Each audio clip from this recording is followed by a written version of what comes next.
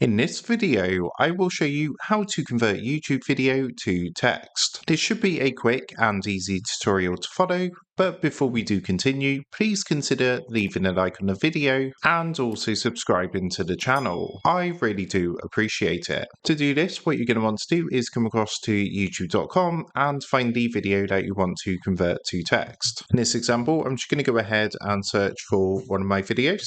So let's go ahead and search for myself. And what I'm going to do is just click onto one of my videos that comes up. So let's go for this one. Here we are on my video. What I've done, I've just gone ahead and paused this, and to go ahead and convert this to text, all you need to do is simply come down and click onto more in the video description. Once you've done that, come down all the way to the bottom of the video description, and you're going to see an option down here which says show transcript. Now, a transcript is basically the text from the video. So what it does, it converts it into the text for you. So all you need to do is simply click this button here, and what's going to happen is the transcript is going to appear in a window. It's going to take you directly here. What you can then do is come up to the top right hand corner, click onto the three dots, and click here where it says toggle timestamps. What it's going to do is actually get rid of the timestamp, so you've just got the text, and what you can then do is just hold down your left mouse button. You can just drag your mouse to highlight parts of the text or all of the text. Right click, and on this menu click onto copy, and then you can use that text wherever you need to.